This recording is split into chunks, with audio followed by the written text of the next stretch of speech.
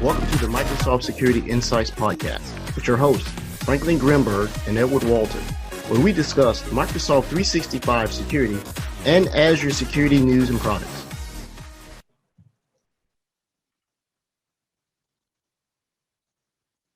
Recorded June 8th, 2022. Good evening, Franklin. Good evening, Brody. Where's Rod?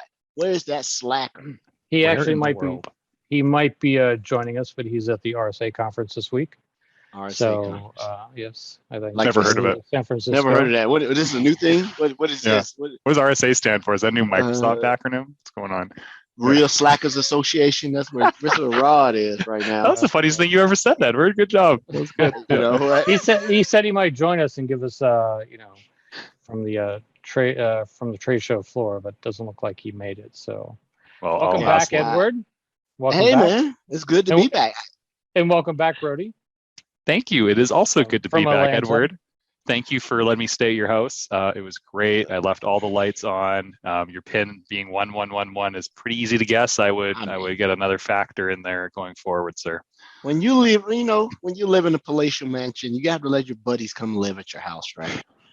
All right. That's you just used to get them out. I mean, on the serious note, I wish my trip didn't conflict or correspond with your travel to Atlanta, man. I'd have showed you a good time. So you're always welcome back. And literally, you from the Avalon office, Microsoft office, you're literally about 8 minutes from my house. Wow, that's cool. Right down, the Avalon right down office is. Sorry, go ahead. Right down 400. That was the main freeway that you went up. All right. Oh, so, okay. You know, I got a question for you. Okay. Oh boy. There's the new Microsoft office in Atlanta, right? Mm-hmm. In Avalon? I was driving along, right? And we wanted to make needed to make a U-turn, right? And there was a no left turn sign because if you make a left turn, you're going to be going on the highway into the wrong traffic, right? Mm-hmm. So the question becomes this: if there is a no left turn sign, can you make a U-turn? Yes. That's my argument, but it's different. It depends where you live, right? Unless there's a sign telling you can't do it, Ricky, can do it. you can join us here. I mean, I don't know. You're talking to someone who just got their American license like 3 months ago. Then you should know. You should be an expert. You should know. Yeah. You took the test. To me, you're not making left turn. The whole reason why Making a U-turn. It's a different movement. You're not going down that. You're starting wrong left, road. but then you're proceeding backwards. But then somebody says, "Oh no, that's 2 left turns. You're making the left." Well, you know what? Did you get pulled over? No. Well, then don't worry but about I'm it. just saying. It's according to what county you're in, right? Here we go. It's no big thing. When you're saying a new Microsoft office, Avalon is not the newest anymore. There are 2 more offices. Wow. And one downtown, and if Brody was paying attention, he would have saw it to his left. It's in Atlantic Station's 2 big buildings. And then the newest thing that's like a campus, a college, everything is the Atlanta Yards. It is a massive campus, right? They took an area of town that I sort of grew up in, and they made a park out of it, walking trail, meeting buildings, businesses, restaurants, all that stuff is in that Atlanta Yard. So I've yet to visit it. They had a grand opening. I couldn't make it, but I did get my badge access. So I may boogie down there just go check it out. But, you know what I really miss? I hate to say this. I miss the Microsoft Store because I had one close to me. You know, it's like go down, deal with any Surface issues, buy Surfaces. It was great. I actually really miss the Surface Store. So play on one of the new Surface hubs. Yeah, absolutely. That makes sense. So we don't have them, but Edward actually called me. I think it was last night at 10 o'clock. I'm like, there's something wrong. There's something wrong. Why is he calling me at 10 p.m. at night? He should be asleep. You were crutch. I need to stay up, man. This jet lag was messing me up. I said, I need to call. I need a safety line. Let me call my accountability buddy. Because I was like, I'm not going to make it, Frank. I'm trying to stay up. This jet lag is killing me. So, Ricky, the story is I go to bed very early. I'm get up at the crack of dawn guy, get stuff done, watch the sun come up. When the sun gets below the horizon. You're solar powered then? I am Yeah. solar powered. He's super ineffective in the winter. Yeah. I'm Ed, the thermonuclear man. There you go. I do not like darkness at all. So, but it got to me as I got older. So, but enough on that. Franklin, you do anything cool? Let me tell you something that happened. So I think I told you, Franklin. I finally told Brody. So I took the SC100, and it was still in beta. And we're all waiting to see if you passed it or not. And if you fail, then we know it's a legit test. Yeah, well, whatever. And so I log on, and frankly, now that I talk about this, I remember telling you this. I log on, and I said, well, let me go ahead. Oh, I know why I did. I said, let me go ahead and schedule this 104, this Azure 104, so I can, start studying it. I was going to push it out to like August 1st. Well, this competition with Brody here, you can't really be telling him. Yeah, it's a beast of an exam. I'm going through the study guides to learn. It is harder than the AZ and the MS 500. It is so broad. It assumes that you know everything from.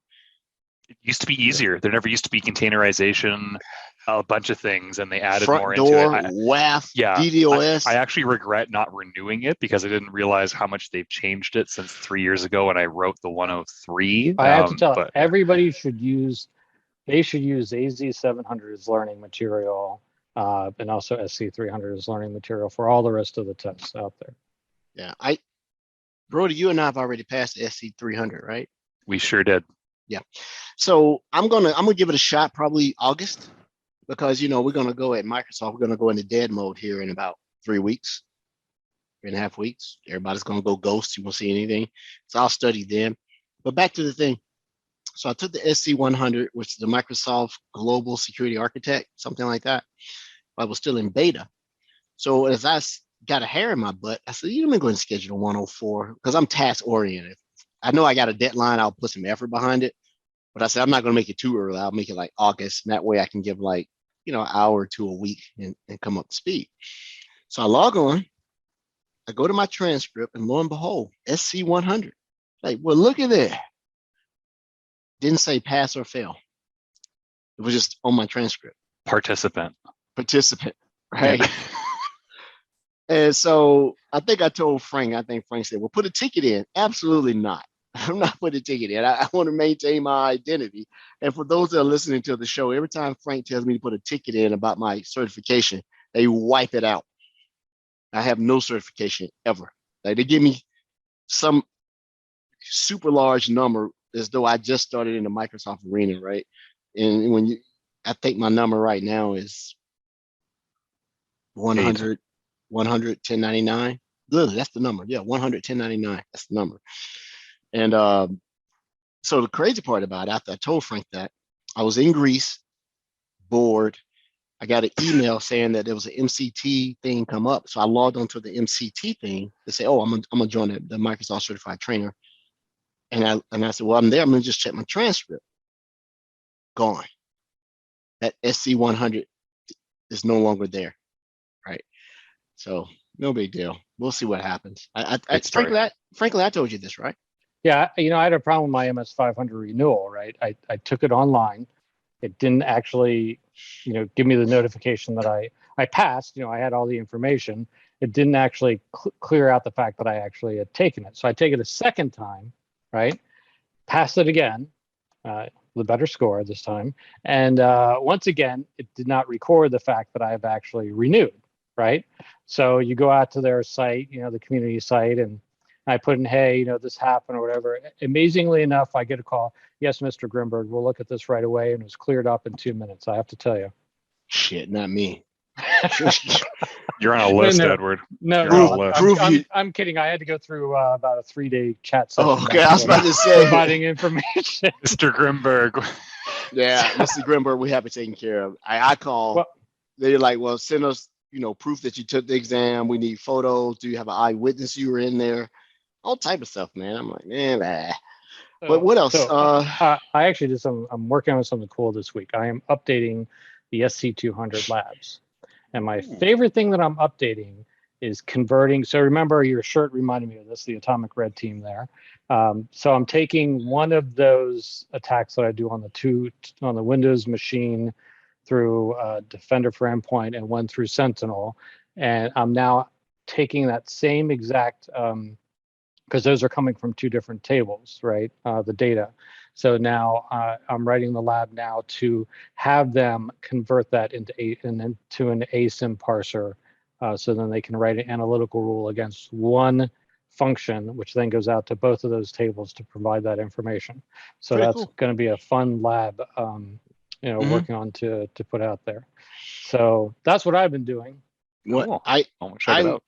I did the hardest thing because I had never done it. So I was helping the customer deploy MDI. And so instead of using an administrator account as a service account, they wanted to do a SVGA account, whatever that service type account. GMSA. I was like, oh my God, this is Thanks, hard. Ricky.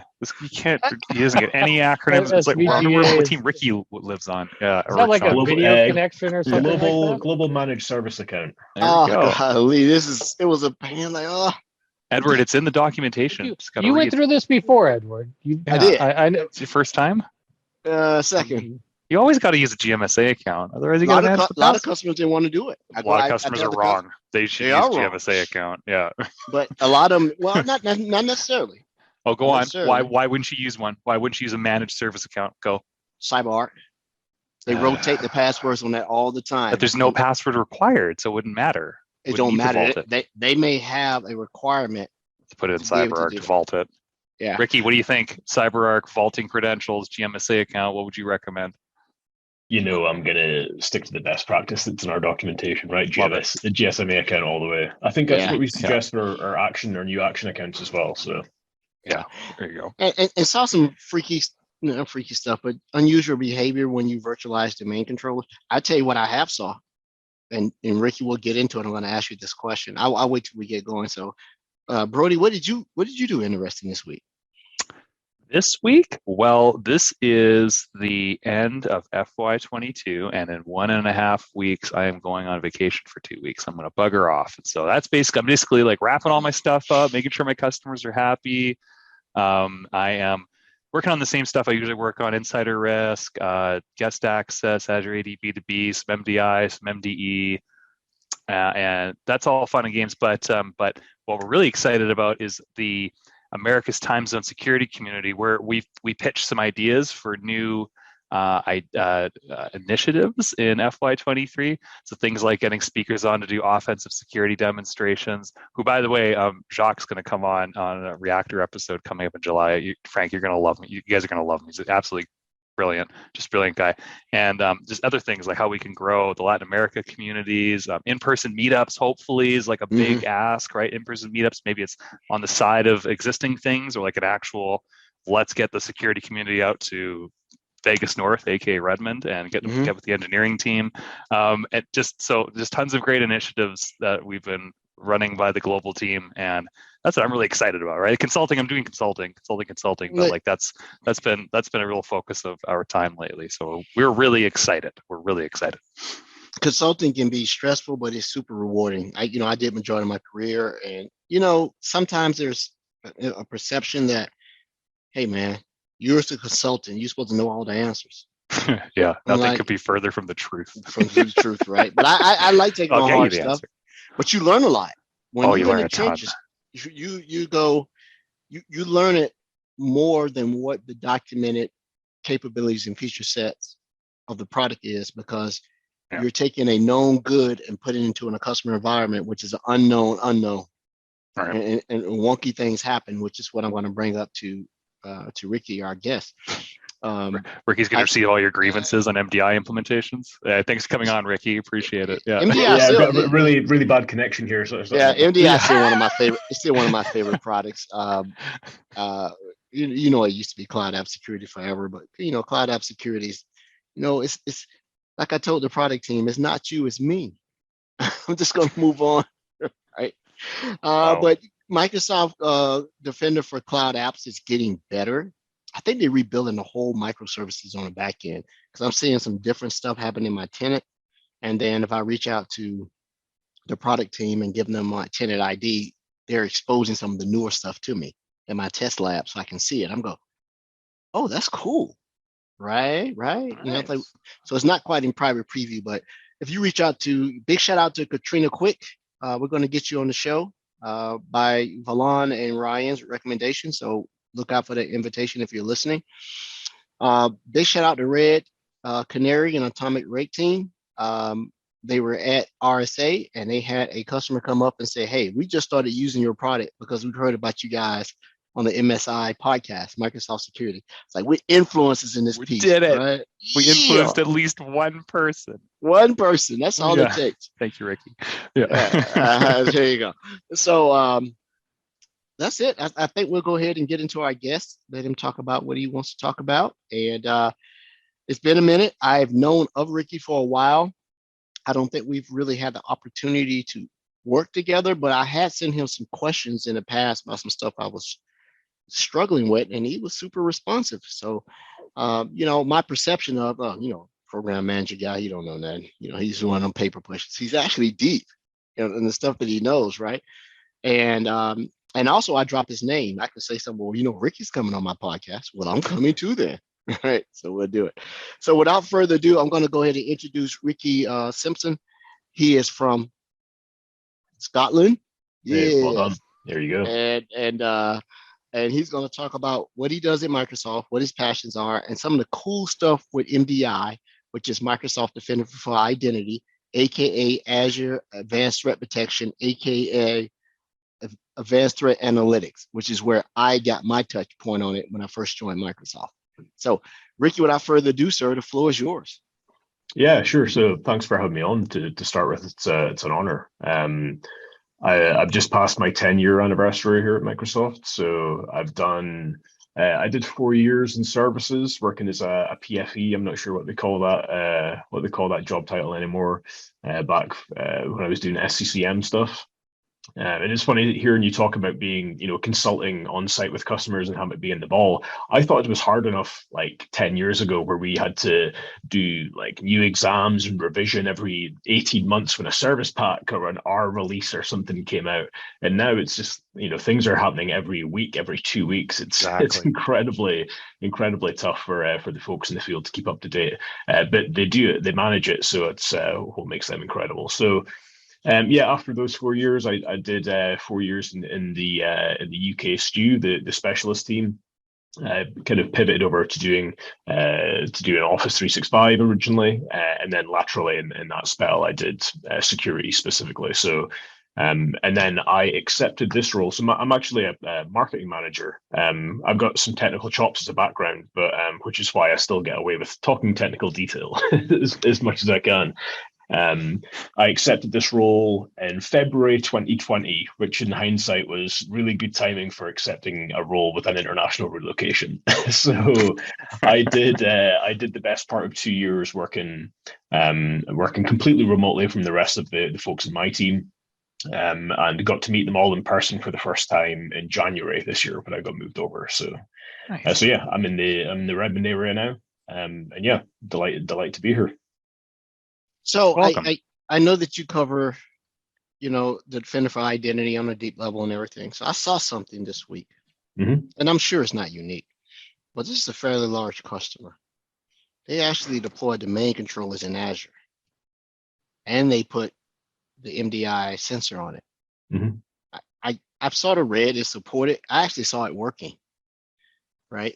And I couldn't figure out. I was like, why are you deploying Active Directory infrastructure inside of Azure?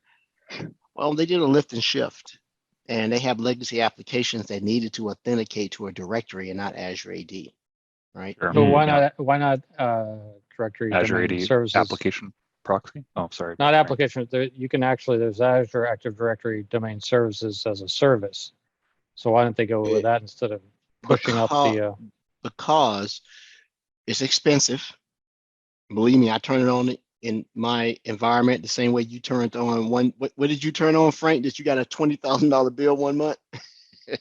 You turn something. If you turn that on, it's by the number of objects, whether you use them or not. I think the number is $49,999. So if you use one, you get charged for $49,999. Second thing that they needed to do it was because um, I just had a senior moment. It was that GPOs. That's what it was. They needed So GPOs still they because needed GPOs for something that they were doing with this application to be able to constrain it from doing some stuff. And I know that Active Directory domain services include GPO like features. I think Azure AD does now, but it was a unique scenario. It was running excellent. What broke it? One of the sensors, and it may be circumstance. It was only on one domain controller. They put Azure Arc on it, or the extension of it. And I'm like, wait a minute, why would you put Arc on a machine that's already in Azure? But whatever happened, that sensor just wanked out, right? It was sending duplicate alerts all the time. So I think it was something else, but you know how you ask someone, well, what was the last thing you did? I didn't do anything. Okay. You didn't do anything. All the other domain controllers were fine. So I think they are moving to ADDS because they figured out the GPO thing, and they are also modernizing the application that requires that. It's an accounting package or something. It's not quite Salesforce-ish, but it's still big, and it might have been homegrown. So, Ricky, within MDI, what's the latest and greatest? Tell our customers and our listeners and our supporters why we should be deploying MDI beyond the obvious. Yeah, so I think going and looking at your example there, it's great to work with the Azure AD team. You know, we're always working in tandem to make sure that we're releasing features that are complementary, and it's great to see that they're always taking out new features that that can make organizations less reliant on having on-premises Active Directory kicking about. Now, from my background being very customer facing, I know for a fact that, you know, if you tell customers that, they're not just going to flip overnight and say, hey, here's all the reasons that we've got to go cloud only now. We'll just make that happen. No problem. You know, it's going to be a journey. It's for some organizations, it's going to be, you know, a couple of months. It's going to be a couple of years. It's just, that's how organizations work. You know, we've seen a ton of customers come to us with asks for help around, you know, cyber skilling, you know, getting their people the right level of skills and knowledge to work with some of this modern technology. So there's a lot of things that play into why organizations, given the tools and the resources, will still not just choose to eliminate something overnight. So we know that Active Directory, for that reason, is going to be around for a while, and MDI is definitely the product to protect that in place. So you know, we see it as making sure that the best of the best technology is in place to look after that on-premises resource while that cloud journey is in progress. So that's really the big focus with us. So one of the things I've seen is that the mortal enemy and just pause for a second. Sorry, can we pause? Guys, I had a Rod Trent dialing in from RSA. Just dialed in. Trent, what's up? Rob, we don't hear your audio. Yeah, you can't hear us either. Well, if you could just use sign language, that'd be great. Yeah. Good. Rod's here, so anybody can watch Rod is dialing in, but he can't figure out basic audio on his phone. I guess he's only good at Sentinel. There we go. He's only good at dialed off. Yeah. Okay. So one of the things, Ricky, that I go back to is MDI is actually, you know, if MCAS was my favorite product, MDI was number 2. But let me tell you something about what I've not had an opportunity to really do a large deployment. What is the largest deployment of MDI have you seen in the field? Because there was a period when people we're making a bad assumption here. We're saying Microsoft Defender for identity. We're making an assumption that people know what we're talking about here and what is the purpose of MDI. So can we take a step back and give an overview of what MDI is? I'm sure could tell us. Yeah, I'll give you the single, you know, cue card summary. So MDI relies on a sensor being installed on domain controllers and on ADFS servers, if they're still kicking about as well. It captures authentication data, event tracing data, audit information, network traffic. It captures a whole host, really broad range of data points, and parses that all the useful data that's there, and shoves it up into the cloud service for all that magic happens, all the AI and automation that happens over the top. And it uses that power and scale of Microsoft Security Cloud to help protect an on-premises resource that's still vitally important for most organizations. So a couple of examples would be things like potential lateral movement within Active Directory. So someone compromising a low permission account that's been that's perhaps more vulnerable for whatever reason, and using that to move up to an account that's got more privileges. So yeah, it completely integrated into Microsoft 365 Defender now. So it's the identity portion of our XDR solution. Incredibly lucky to have it there, and fortunate and to have it contributing, and to use that identity information actually as further context for looking for other threats as well, is something Exactly. that we pride ourselves on as well. So that's the elevator pitch. It's using that signal to protect your on-premise identities, as well as using that information with the cloud identity information as well. A lot of people think it's related to Azure Active Directory. Is it anything to do with Azure Active Directory? It's complementary too. So as customers are synchronizing, and again, this is the case in most customers that are running with a kind of hybrid identity model, they'll be running Azure AD Connect. And because of the shared like object IDs, the XDR service within Microsoft 365 Defender can attach the cloud account to the on-premises account, and you get a view of a single user page. And that's where all of the activities for both the cloud and the on-premise account are kind of captured together. So it's not directly talking to, it's more sharing information with Azure AD. And I think the product's previous name of Azure Advanced Threat Protection was a bit of a misnomer, and I can say that because it was around before my time in this role. And I think that was a little bit misdirecting in terms of the information it was protecting, for sure. So I'm glad that got resolved with the Defender rebrand a couple of years ago. Agreed. And what is Kerberos, and how much do I need to know about it to use this product? I mean, how much time have you got? That's a broad question. I now feel like I'm going to get an exam certificate at the end of this. So again, I know that the Azure AD team have been making strides in making sure that there's some Kerberos-based services available on Azure AD. So there's excluding Azure AD. Yeah, they're doing more there, but I mean, isn't this, when you're talking about lateral movement, all that stuff? Aren't you really talking about attackers taking advantage of, Active Directory, domain services, Kerberos, and doing actions there? So how much as a defender do I need to understand the attacker? I mean, lateral movement. How much do I really need to understand about what the attacker's doing with the lateral movement for dealing with the alerts that are taking place? Well, it manages to kind of condense everything into easy to digest alerts. And of course, because it's part of the XDR experience, those alerts will be correlated into incidents. So you can see one thing happening, which might contain a load of different alerts from a load of different products. And actually, Defender for Identity can proactively warn you about the riskiest lateral movement paths that exist. So you can do things like entity tagging. So, high-profile accounts that might have access to sensitive information, you're looking kind of, your C-level executives and stuff like that. And if the system works out using those potential lateral movement paths, that you've maybe got some help desk, kind of domain or subdomain admin somewhere that's got a potential lateral movement path up to that C-level exec, then it will proactively warn you. So you don't actually have to know that much about what's going on.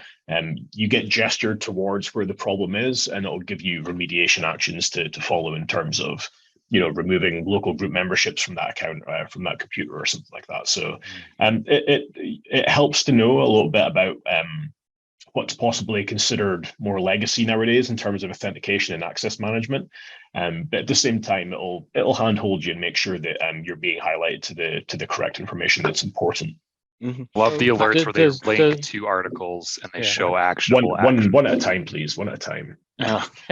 So does it pick up on the common PowerShell tools out there, or something like the Bloodhound tools, or whatever out there. The people doing recon, does it pick up on that, so you can actually then say, oh, somebody's doing a little bit more recon in here than what they're supposed to? Yeah, it follows all of the or the attack lifecycle from start to finish. So it has alerting due to reconnaissance through account compromise to persistence. So it follows all the different kind of lifecycle stages. It'll look for things like the command line tools that are tried to like a DC sync attack, for example, or if there's DNS reconnaissance or something like that. So yeah, you get a real good breadth of different alerts, not just oh crap, something's gone wrong. It can maybe start lighting some of those alarm bells about activity that's maybe the precursor of a full blown attack. I give you one that I saw at a customer. First of all, the mortal enemy and nemesis of MDI is Nexus Tenable. When people are running those Nexus Tenable scans, MDI lights up. Like, what are you doing, right? But the other thing is, I saw an alert that said, it came through the customer's MDI into Sentinel. It said, non-domain controller synchronization activity, and it was a SharePoint server. And I'm like, oh, so SharePoint on premise before they've gone to SPO was syncing with it in a manner that you look like a domain controller, but you aren't. And I thought that was pretty cool to see that manifest. The other thing is I would like to see is just that a lot of organizations are still using, Okta. I don't see very much Okta type of integration to see it. Sentinel can pull in Okta logging, and even Azure Active Directory identity protection sometimes looked at separate authentication fabrics. Are there any plans to try to look at other than Azure AD and AD type of activity in MDI? Yeah, so the MDI specific detections most of the time are based on your on-premise Active Directory, your Kerberos kind of level authentication. We are doing some kind of POC work internally to see where there's potential to open up to other authentication sources as well. Obviously, we've got a great relationship with the Azure AD side of things, and there's an absolute ton of data sharing that goes on there already. That's obviously the easy conversation to have within Microsoft because it's internal. But yeah, there's a whole host of other ways to get external authentication logs in as well, be that through Defender for Cloud Apps or Sentinel and whatnot. So yeah, we're playing about to see what we can do with that to bring that into the fold. Yeah, so one other thing that I have is give me a lift. Let our listeners and viewers understand, and let's just start with a single domain controller. Tell me how to deploy this thing. First of all, you have to enable the service. So if we're going to go straight to kind of grassroots, it's an automated process now. You used to have to do a couple of clicks, give it your tenant name and stuff like that. It's all automated now, which is great. You download a sensor package from the portal. That's given along with installation key as well, and that installation key becomes part of the installation process. So you can't just grab any MDI sensor and install it on any domain controller. The admin has to know that sensor matches that tenant, and the key will help authenticate that. Now that's really easy to do in a lab environment where we're not really cared about what our DCs are talking to or where they're firewalled or however many protections are in place. So we suggest in a working enterprise, a working organization, that DC communicates to the cloud service through a proxy. It's a one-way connection, which is great. It's obviously encrypted to the nines. We give the capability to have to only let the MDI service executable have that connection through that proxy up. So it's absolutely secure. And yeah, once that goes in all your domain controllers, in fact, it'll actually start working as soon as that first one is installed in that first domain controller. Obviously, for the greatest amount of coverage, we suggest that it goes in all the domain controllers. And we actually have an assessment. One of our posture assessments helps you identify any DCs that maybe slip through the cracks. Now, I've seen that, and you guys also include Exchange servers. We've got the ability to tag Exchange servers as a kind of separate entity, yeah. But to go back to the identifying domain controllers, we've actually had compliments from customers around that fairly straightforward bit of functionality itself, because this one particular customer had gone through an absolute ton of mergers and buyouts and takeovers and all that kind of stuff. So they actually identified over a dozen domain controllers that they didn't even know that they had. Perfect. Which, it sounds like a really dumb thing to have forgotten, but the complexity of that particular Active Directory made that quite an easy thing to overlook. And yeah, MDI came back and said, "Hey, the sensor isn't on all the domain controllers," and they were like, "Damn, no, it's not." Yeah, we found a few. Yeah, so it's an easy fix, which is good. Cool. So you went through the deployment thing, and one of the things I was harping on. And I hope you'll cover it, but this is what I tell customers. They get the sensor, they get enabled by virtue. They can buy MDI standalone, or you can buy EMS, or you can get it for as your E5 all up. But when I go into a customer's environment, I say, "Hey, what's going on?" "Well, we're getting all this winky stuff. Our domain controls are being pegged out, so and so, so and so." I'm like, "Did you run the capacity planner?" Yeah. In advance? Because that tool is so cool to do reconnaissance, and it'll help build out your network. It'll help document your network. And they go, "Well, what is that?" And I think if I had a ask, I would say, rather than in the docs, the install process should say, "Have you run the capacity planner?" And link to it. Yeah, it is kind of a little nudged away in the docs, but The- extremely important, right? The sizing tool, right? If I was The to sizing tool. correct Sizing me. tool. Yeah, so we're doing some work on revamping the sizing tool. The sizing tool was originally spawned from helping customers deploy ATA back when it was an entirely on-premises process. So it went through some tweaks and some improvements for Azure ATP back in the day, and now for MDI. So we're looking at doing a bit of a from the ground up revamp of that to be a little bit more suited just to the new cloud service, and that's it. It's so handy. When I used to be a nerd and I decided I was going to re-engineer this stuff, I actually downloaded the PowerShell script and started going through it myself. I'm like, I could just make some changes to it, right? But I mean, yeah, we'd steal your IP and I'd take credit for it though. So you should, right? Good artists create, great artists steal. Maybe you should be a nerd and get back into that. Yeah. I might go back and write a couple of things and send it up. I have some ideas about what it should do, because one thing it doesn't do, or it does it inconsistently, is I've only seen a couple places. Not really many people use read-only domain controls anymore, right? Because there was a huge thing about, I need to protect my AD by having as fewest domain controllers, and deploy it with, and have very tight subnets for synchronization, right? That really didn't come from directory stuff. That came from DNS, because people were like, "We know what? We're going to have one bridgehead server. We're going to have a forwarder, and everything's going to be recursive to this thing." And I sort of see this product doing the same thing, saying, "Hey, is it necessary to have all your domain controllers do the sync, or do you have sync heads and stuff like that?" But the fear of securing your domain controller infrastructure has gotten very less worrisome because of this product. People trust this product. It's not bad at all. Yeah, and it's something that was something that I managed to achieve over the last kind of period since the start of this calendar year, I think, because I successfully petitioned internally to have the securing domain controller webpage updated. So it used to say, no internet access under any circumstances.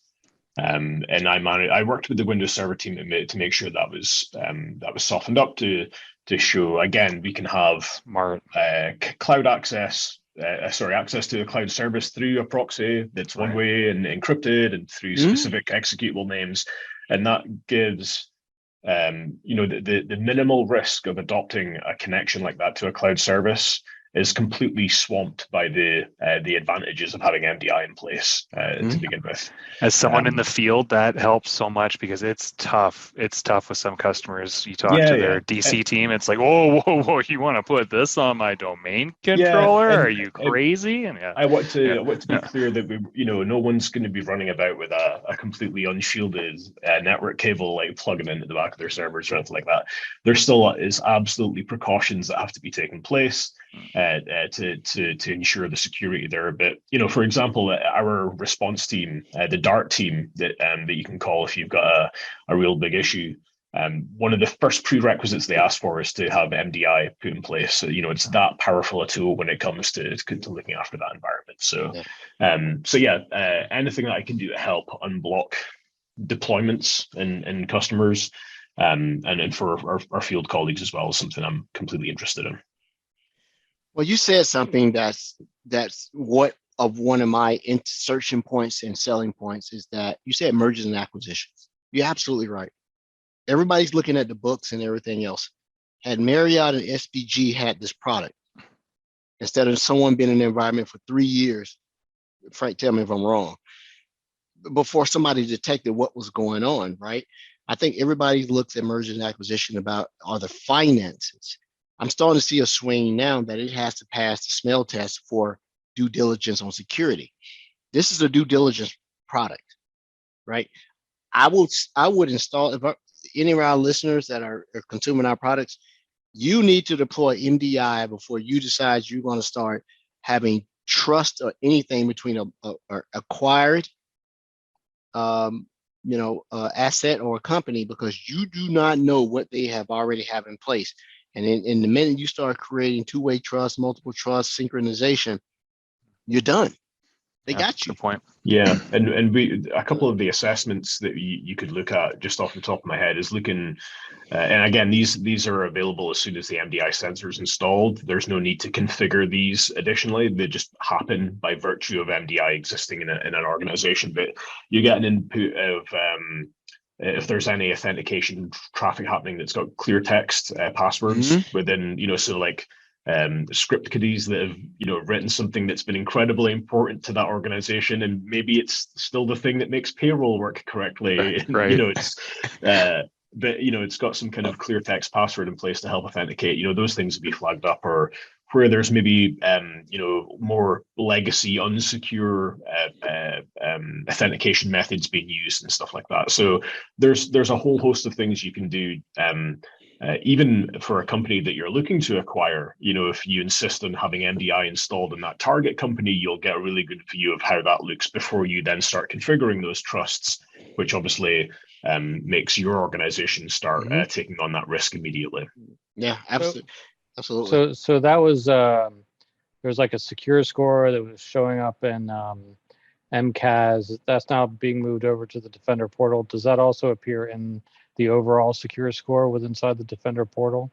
Yeah, that's right. So if you go to secure score within the security.microsoft.com homepage, if you go to secure score, then improvement actions, if you then hit filter, there is a Defender for Identity source filter there. So you can see only the ones that are being powered by information that MDI is getting flagged up.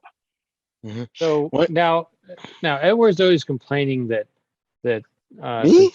Defender for Cloud App is just too chatty, too many alerts, just too much to go through. So tell me about the alert volume coming from Defender for Identity. Look, he's not actually saying that I don't say that. He's actually keeping quiet when I said that. Unbelievable. So tell me about the, is there a lot of, false, tell me about the alert levels coming in. How serious should you take them? And so for some of the alerts, it's reliant on a learning period because some of them are based on user behavioral kind of analytics. And this is all in our docs pages as well, by the way. I'm sure I'll be able to throw you an AKA link later on about where to find out all the detections. I think being originally kind of born from that ATA, the Advanced Threat Analytics solution, it had a propensity to generate a lot of false positives under some conditions. There was a ton of work put into to MDI to make sure that it wasn't replicating that kind of behavior.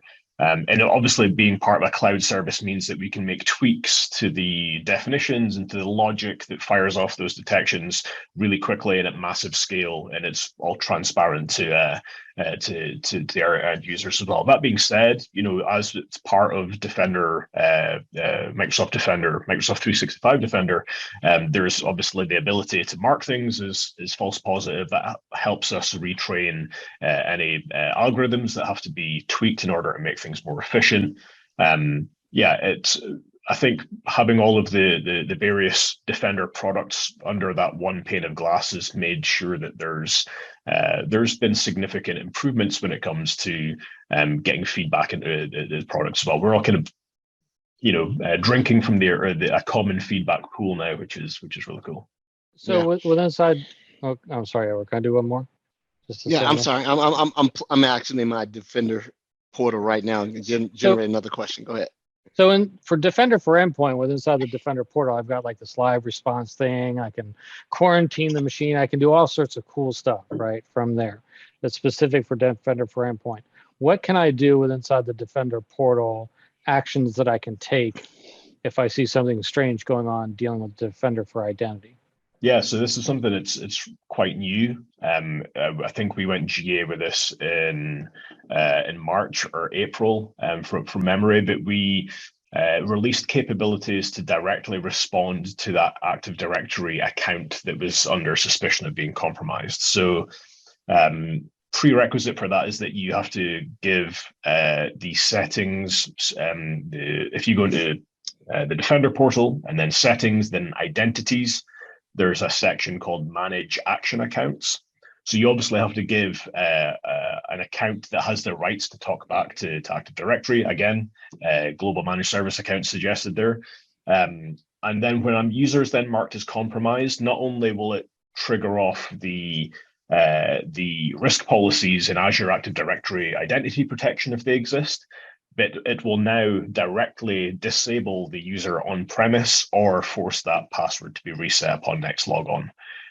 So that's by virtue of these new action accounts and capabilities that have been launched for Defender for Identity fairly recently. So huge benefit of that is that if you have any indicators of compromise, you've got one click and all of the related accounts that are associated with that particular entity, whether it's just an on-premise account or a cloud account or a combination of both, swift action is taken upon them with one click, which is really cool.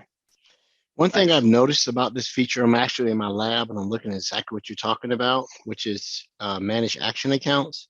It seems to be that it doesn't allow you to use anything other than a GMSA. GSMA. GMSA, yes.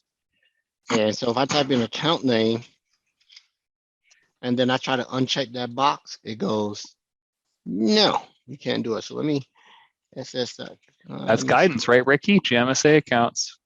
I believe it's in our documentation that you have to use a global managed service account for that.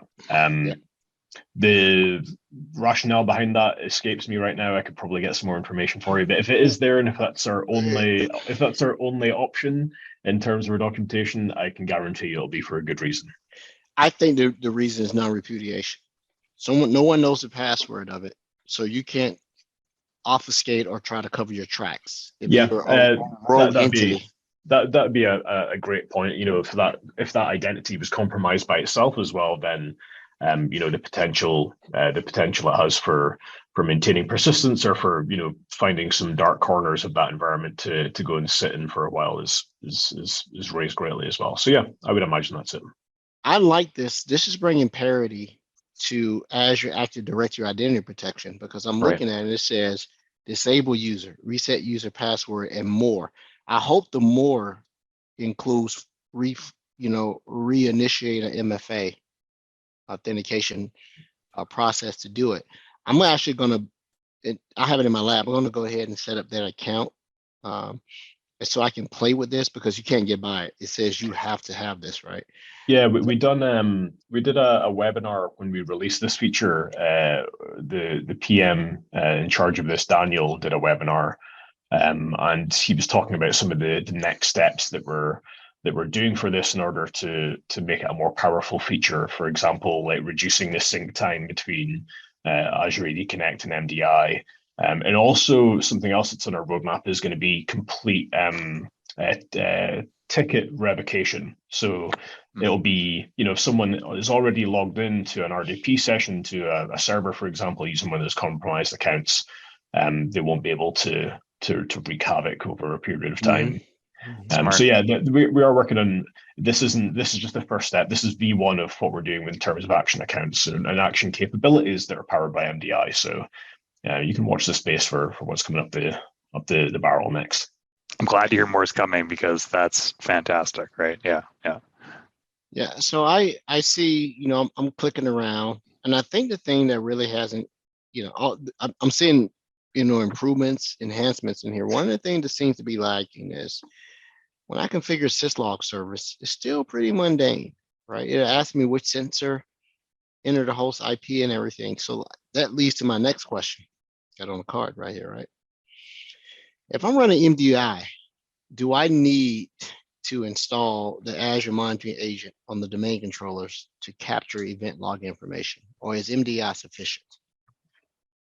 I think that would depend on context. The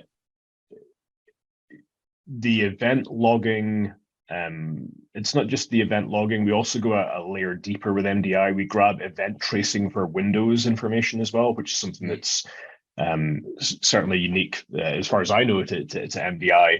The sensor will then parse what it deems necessary for MDI related stuff. If that make that really simplistic, I'm not sure if the monitoring that you just described, whether that will do anything above and beyond the scope of what MDI is doing. I would definitely love to check that out to see where that overlap is, and to see if there's any unique circumstances which they can be mutually exclusively installed on a server. Well, you can put both. I've done it. I have the AMA agent that's grabbing Windows performance and a few other things, and I also have the sensor on. So as I'm playing around with the syslog service, I understand what it's for. Not everybody's using Sentinel. So nobody's not using the 365 Defender connector or the individual MDI connector. So as I'm looking at it, I put in some IP addresses. So what I've never experienced is sending this to something other than Sentinel. So what I'm going to do is I'm going to configure this to send it to my FortiSIM. I have a Fortinet and I have the SIM service.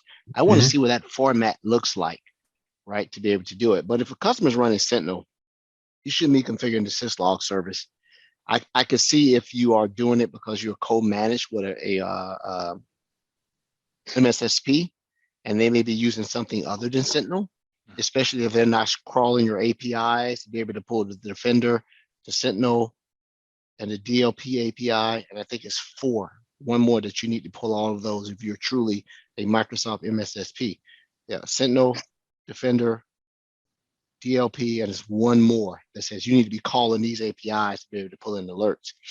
I started playing around with this because I had a customer that needed help creating automation rules in Sentinel to close out informationals because they were getting stacks of informationals. And they're like, man, we just closed 5,000 alerts. But this product is solid. I'm seeing the alert notifications. Simplicity is the thing. You got a DL group for it right here. I've never deployed it, but I've seen customers use the Honey token. So the Honey token is really cool, like in terms of impersonation. So dangling that fish out on the line, waiting for an attacker to grab it, and and they're always named something like John Smith admin or something that would insinuate that user's got more privileges than they should rightly have. So love seeing that configured, and the exclusions as well. That's something else that we did fairly recently, was open up the ability to have global exclusions. So that really helps with some internal teams if they're wanting to have devices or users just perpetually excluded from all alerts if they're doing testing, or if they, if they're pen testing themselves and they want something to skip through the barriers and stuff like that. So Nessus, right, Edward? Yeah. Yeah, and again, that's just V1 of what we're doing with those exclusions. What we're working on at the moment is to make that a little bit more logic driven. So instead of just having a globally excluded like device, for example, what we're working on is having logic in place to say exclude this device when it's being used by this user under X circumstance. Smart. So we're making it incredibly granular if that's required, so that only the absolute pick of the litter will be excluded under the right circumstances. Exclusions can get dangerous, right? If you over exclude, right, it's very important to have that granular capability. Yeah, I would associate that with over provisioning permissions. It's the same kind of ignorance, I suppose, that you're putting on yourself by saying if we over exclude, then I would associate that with just saying you've got too much permissions about it. That's PB&J for me. Well, that goes into the what Microsoft believes is important by the acquisition of Risk IQ, okay, and being able to see these things as your policy, access reviews, and things like that. Because consent is the new fish. If I can get you to consent, I got you. But I want to ask you about a particular alert that comes over, and I've seen 4 of my customers say they have it. I've read about it, but here's the alert. Suspicious network connection over encrypting file system remote protocol. They're like, how do I'm like, I think you need to patch your domain controllers. Is that what it is? I think from memory, that was, it was colloquially known as petit potam. Let me just do a little. Oh yeah, the French guy. Here. Yeah. Petit potam was apparently it was some kid's book or cartoon or something. It means little hippopotamus, as far as I know.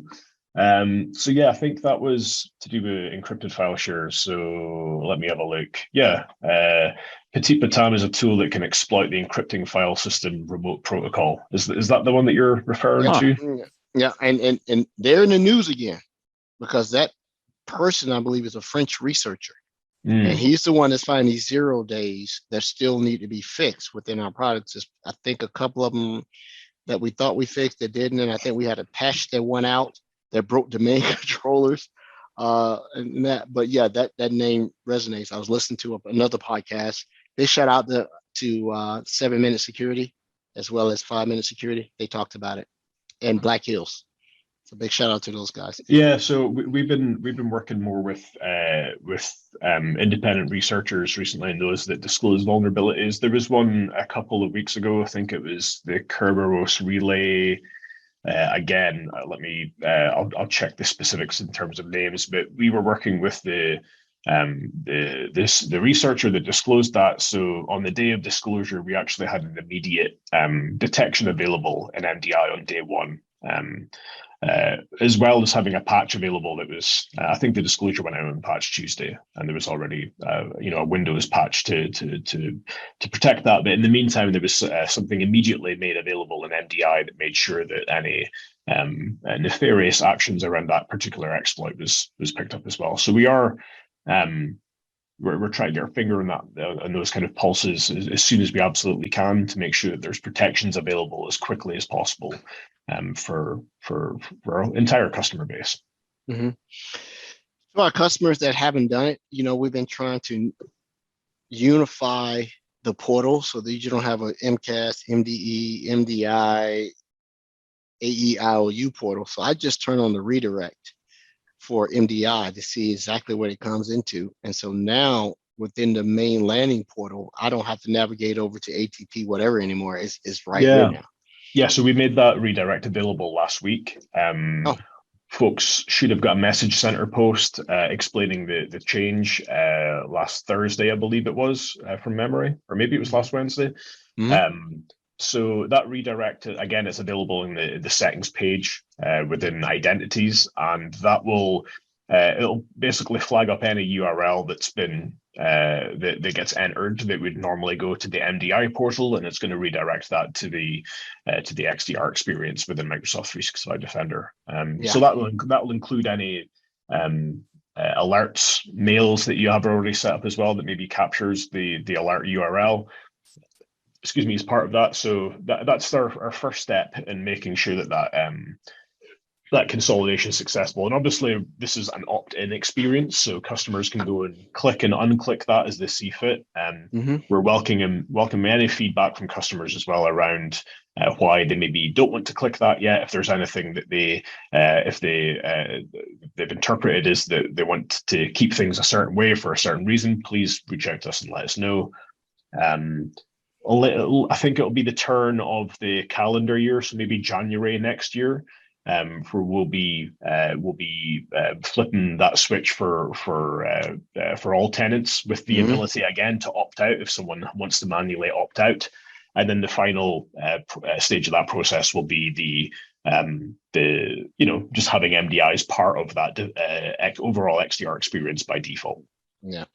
So one last thing, we're 6:02. I want to highlight to our listeners, viewers, and everything.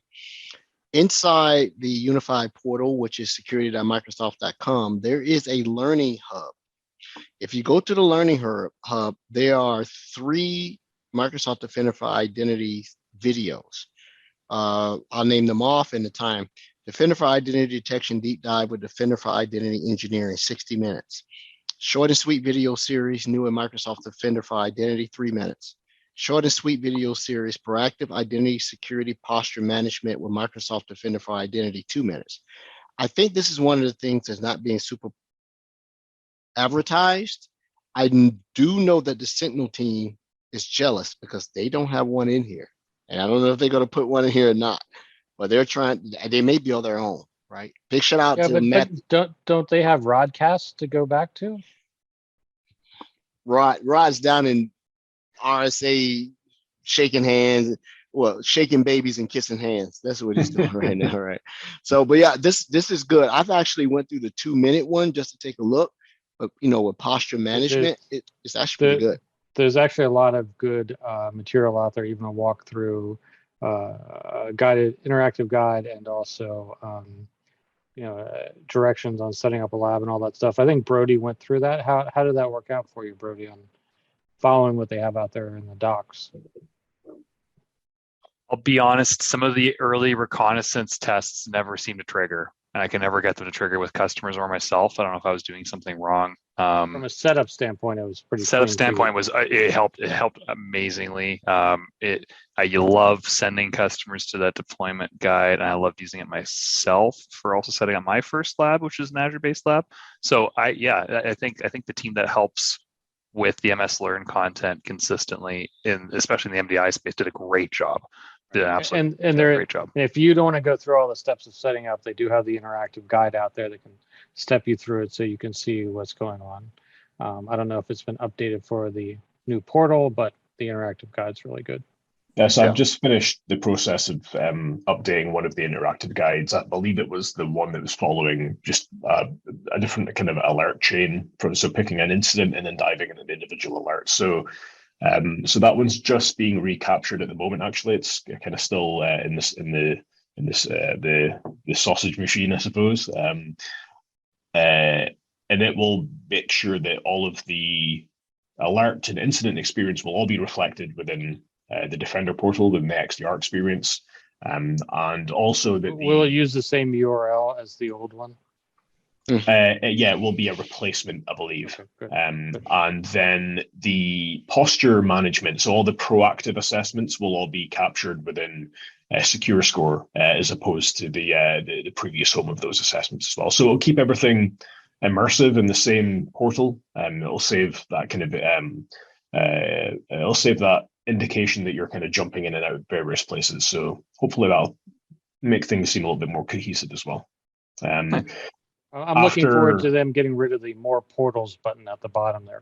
Oh, that's called the more resources. More resources. Hey, that was an important secret until they started amalgamating everything. I'm so happy that MDI is in the XDR portal. It's just fantastic. It's It's well done. Hey, So- Ricky, I've got a weird one for you. Oh, I'll let you No. finish your thoughts, sir. Yes, I was just going to say we're going to do some. There's going to be a concerted effort to record some more learning content over the next couple of months. Hopefully, July. I know that a lot of people will take time off in July, certainly at Microsoft. So I'm going to try and get some people pinned down to deliver some new content that can be used in that space as well. So there's 3 videos there at the moment. I want to see that at least doubled. So we'll see how that looks. Cool. That'll be good. It's a good one. It's super quick. You're gonna laugh. Every customer I've deployed MDI with harps on me because the service is still named ATP service. They see just me can't. laughing. They You can't. said I was going to laugh. They can't get Um, over it. They're like, when is Microsoft going to fix this? I thought you guys wanted to rename everything. I'm like, I don't Yes. know. It's a service name. Like, Yeah. relax. You know. So that's pretty ingrained. Yeah, I know that they're under the covers. There's things that are, it's. Did you guys have that game in North America, the Kerplunk? When you pulled Yes. out the straws with all. Yeah, I would Love that imagine game. that's what it'd be like renaming a service like that. I can imagine. Yeah. Like for example, our feedback alias for customer feedback is AATP feedback Yeah. at Microsoft.com. It is. So, Yeah, it is. death, taxes, and Microsoft rebrands. That's the things you Right. have to look forward to in life. So, let's just chalk up to that. Thank you. Yeah. Thank you for responding to that. And so the product is pretty straightforward. It is probably maybe not the sexiest thing, but probably one of the most impactful. I tell customers, once you deploy it, you don't want to hear from it, because if you hear from it, you got a problem, right? MCAS always wants to talk because it likes to hear itself talk like Brody does. But You're the guy that's been talking the whole episode. Come on. Frank's gonna cut you off to get a question. And I'm just like, why don't we even show up to the episode? Go ahead. Well, we just throw a shade. What's a little heckling between friends? This has been super awesome. Yes, it answers the honey token thing. I tell everybody, if you're going to have some external pen testing going on, create a honey token so that these folks don't come in and just write, "You didn't see us." Yes, we did. We saw you, right? We decided not to act because we paid you to come in and do it. But I'm gonna ask one final question. What is the largest deployment you've seen so far in MDI in the pure domain controller number? Oh, so the amount of protected domain controllers. Mm-hmm. Oof, that's a good question. I think it must be around 2,500, 3,000 domain controllers at a single organization, I think. There's still, like I said, it harks on my earlier point. For organizations with that kind of footprint in Active Directory, their journey to the cloud is going to be a little bit longer because it takes time to unpick these things in a responsible manner. So yeah, that's why MDI is there. Well, that number really narrows down the list of what customers it could possibly be, right? School systems, believe it or not, whether it be K through 12 or higher learning, they have a huge footprint of domain controllers for some reason. Yeah, and we've seen instances where they're, in public sector, certainly there might be more of a combination of like individual bodies that are reporting up through a single tenant for whatever reason, whether that's a school district or, then a state, it depends how they want to then funnel it up. I believe there's a soft limit for 250 domain controllers. Again, I've seen that somewhere. Maybe an exam question that I just got wrong. There's certainly a soft limit that we can. All it takes is a support case to raise it to be more than 250. Mm-hmm. It's just it's just there for to keep things organized within the portal. There is limits to consider in those really complex environments where you might just have one DC per domain. If you're talking about I don't know, could be something from like a doctor's surgery or, an individual school or something like that. There are limits when it comes to the amount of credentials that you can feed to the service as well. But again, that's something else that we can assist with. So, Well, we're almost at it. We got about 3 or 4 minutes. I want to ask you another question. You said one more last time. And, I know. Yeah, he does it. He does that all the time. We do it all the time. Yeah. So when it comes to raw logs, and the reason I'm reading from a piece of paper from customers, I'm impressed with your cue cards. Actually, I just came. I'm bare bones. I've got my laptop, and that's it. When you're old as I am, you have to put this stuff on paper. You won't get it. So when it comes to actually on the wrong cue card. Raw data, you said. Yeah, raw data.